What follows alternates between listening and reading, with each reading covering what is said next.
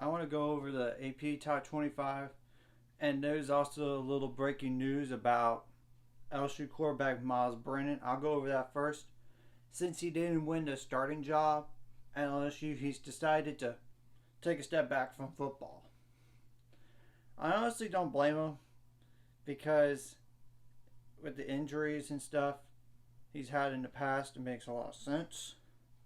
Now, for the AP Top 25, Alabama 1, 2 Ohio State, 3 Georgia, Clemson 4, 5 Notre Dame, 6 Texas A&M. That's too high for me.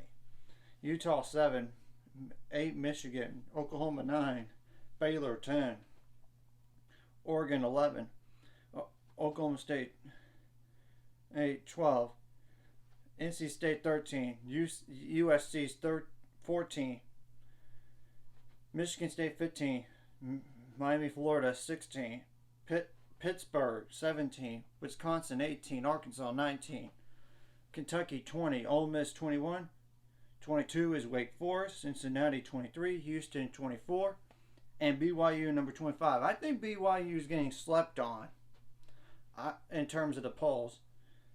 And some other teams, like some teams on the receiving votes, are like Tennessee with 180, Texas with 164. I don't think they realize now that Texas has some injuries, and 2 of them are season ending. They probably submitted it before the injuries occurred. Iowa with 163 votes, Penn State 160, LSU 55, Fresno State 32, Minnesota 31, UCF with 27, Purdue 17, Mississippi State 15, Auburn 15, Florida 14, Kansas State 14, North Carolina 9, Boise State 5, Air Force 4, Appalachian State 4, South Carolina 2, UCLA 2, San Diego State 2, Utah State 2, and Nebraska with 1 vote. Obviously, in terms of the top 10, I would not put Texas A&M at number 6. I wouldn't. I would take them out, and I actually would put NC State in, and I would put them at number 10. I honestly think Utah should be ahead of Clemson, but both of those teams will have to prove them. They're going to prove themselves out during the year, and you got to keep in mind too that this is the poll that doesn't really matter as much for the college football playoff. So but I like it for the most part.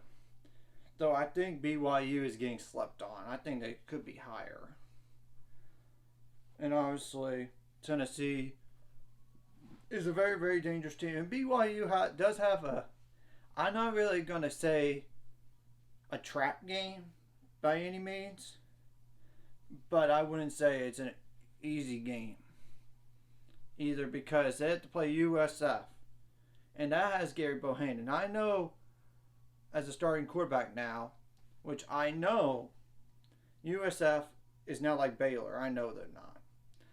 But you got to keep in mind, last year USF was right down to the close with BYU last year. But I know BYU was injured some. And as you could tell, in week 1, it's going to be a top 5 showdown according to AP poll, and a top 15 showdown as well with Georgia and Oregon. But I would favor Oregon by far. I think Georgia's going to win. It's just a matter of how much. Ohio State's probably going to win. It's just a matter of how much. Unless their run defense does not improve. Well, the question will be about the run defense for Ohio State. Because whenever they lost last year, teams just ran the ball straight down at them. Like Oregon did that. Michigan did that. And I also know some other news as well, like the backup quarterback for South Florida, something McCain, has decided to transfer out as well, the backup. He started down the stretch for them. And Jared Dagey from Western Kentucky, who was at West Virginia for 4 years, has entered the transfer portal. So I'm not really entirely shocked. I just want to mention those key notes as well. Because it could affect their conference, their teams in their conference. Yeah, Timmy McClain is the guy's name. So we'll have to wait and see when the games really begin, which is week 0, which is a week from this Saturday. Anyways, if you like this content, hit the like and subscribe button. I'll see you guys later. Let's get into 400 subscribers and more by the end of this year.